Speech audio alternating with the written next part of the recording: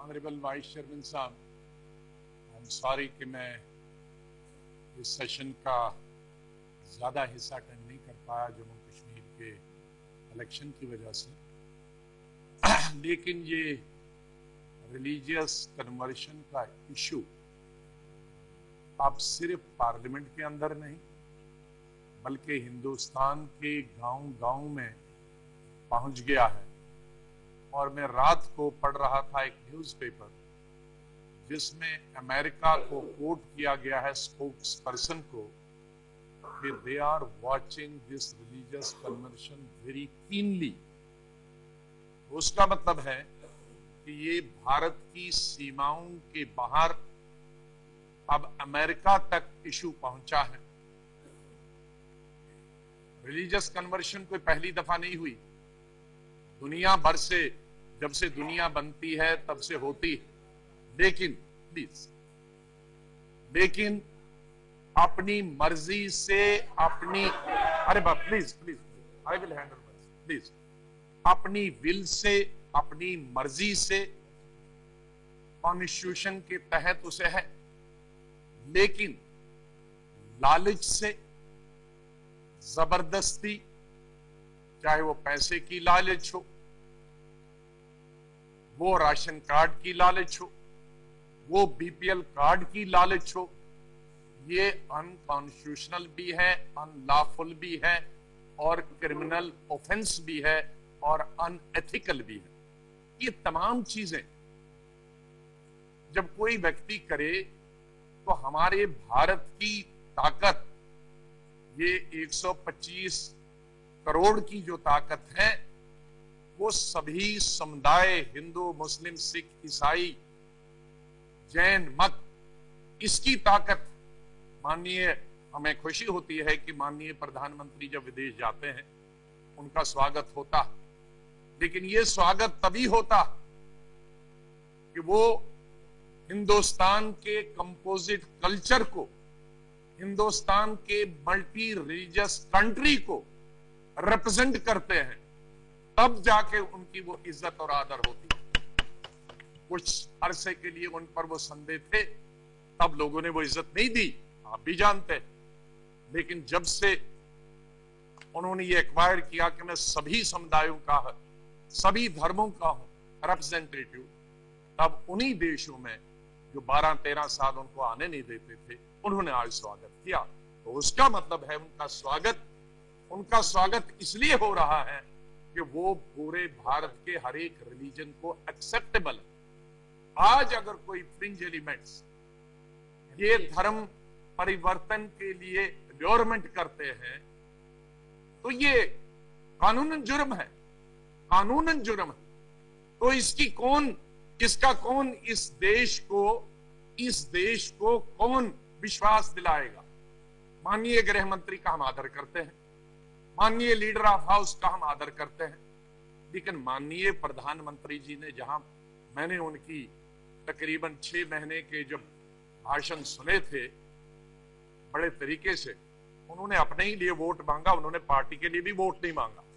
एक जगह उन्होंने नहीं कहा, उन्होंने कहा मुझे ताकत। अरे मैंने आपसे ज्यादा भाषण सुना।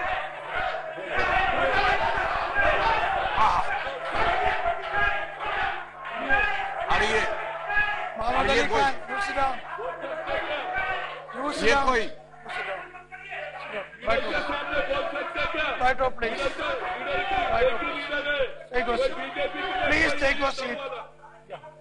माननीय प्रधानमंत्री का आदर करता हूं, अपने लिए वोट मांगना कोई डेरोगेटरी नहीं है। Don't do that. कोई अपने लिए वोट मांगना कोई एंटी नेशनल और कोई जुर्म बात नहीं है। मैं खाली ये बताना चाहता था, मैं आगे अगर शब्द आप सुनते तो आपको शायद संतुष्ट होते।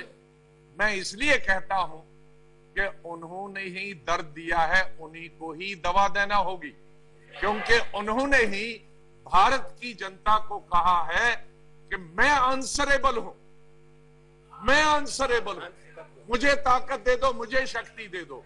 तो आज वो वोट लेने के लिए ये नहीं कह सकते हैं कि मैं आंसरेबल हूं, और जब आंसर देना हो तो फिर दूसरा आदमी दे दे।